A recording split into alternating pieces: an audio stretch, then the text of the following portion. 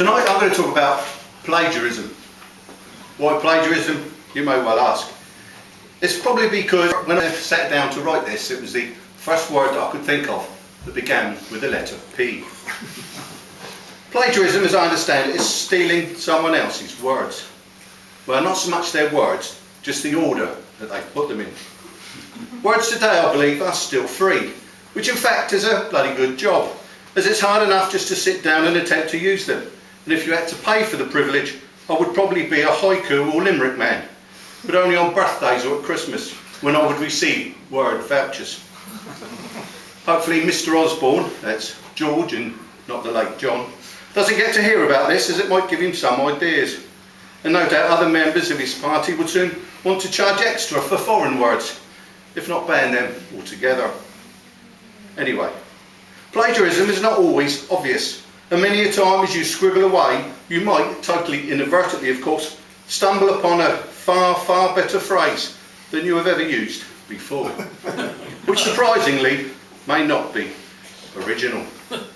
And they do say that if you left a group of monkeys in a room with a typewriter, they would eventually end up with the complete works of Shakespeare. That would obviously take a fair bit of time, more than a slice of luck, and undoubtedly quite a few bananas. But where does that leave us? For myself, who has little patience, has never learnt to type and doesn't particularly like bananas, that could be a problem. But then again, I'm not looking to rewrite Shakespeare. And I feel now that I may well have meandered into a cul-de-sac of primate procrastination. At this point, I did wait for a light from yonder window to break and illuminate a new direction for me to continue to boldly go where no man has gone before. So plagiarism. I did wonder if it was actually possible to plagiarise your own work, though I believe that would come under repetition, or on a darker note, schizophrenia. Though I must admit that when what I consider a clever or funny line appears to be totally missed by the audience, I would take the earliest opportunity to use it again. If it still fails to receive the expected response, then perhaps it wasn't that good in the first place. Though that would never stop me from attempting to use it again, and again, and again. Anyway, up to now I feel I'm fairly confident that I have avoided self-plagiarism, if there is such a thing. But I must admit there may well have been the odd line that did have a familiar ring to it. While that primate procrastination, I believe, was a book written by the late Desmond Morris. But what can one do?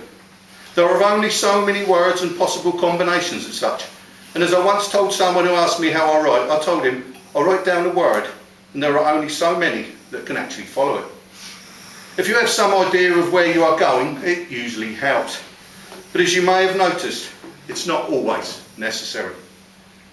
Going off a tangent can sometimes help, but at this point attempting to consider the merits of the Duckworth-Lewis system, analysing the works of Lewis Carroll, or even debating the chances of Lewis Hamilton winning next year's Formula One world title would feel, I feel, as be a step too far. Another option I considered to keep it original was putting unexpected words together.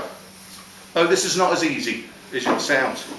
I just came up with two. The first was an inconsiderate donut, and the second, a selfish lobster pot.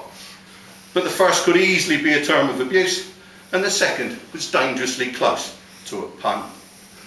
And then I remembered. In the classic Radio 4 show, I'm sorry I haven't a clue, there is a round that actually does this. So I reread this.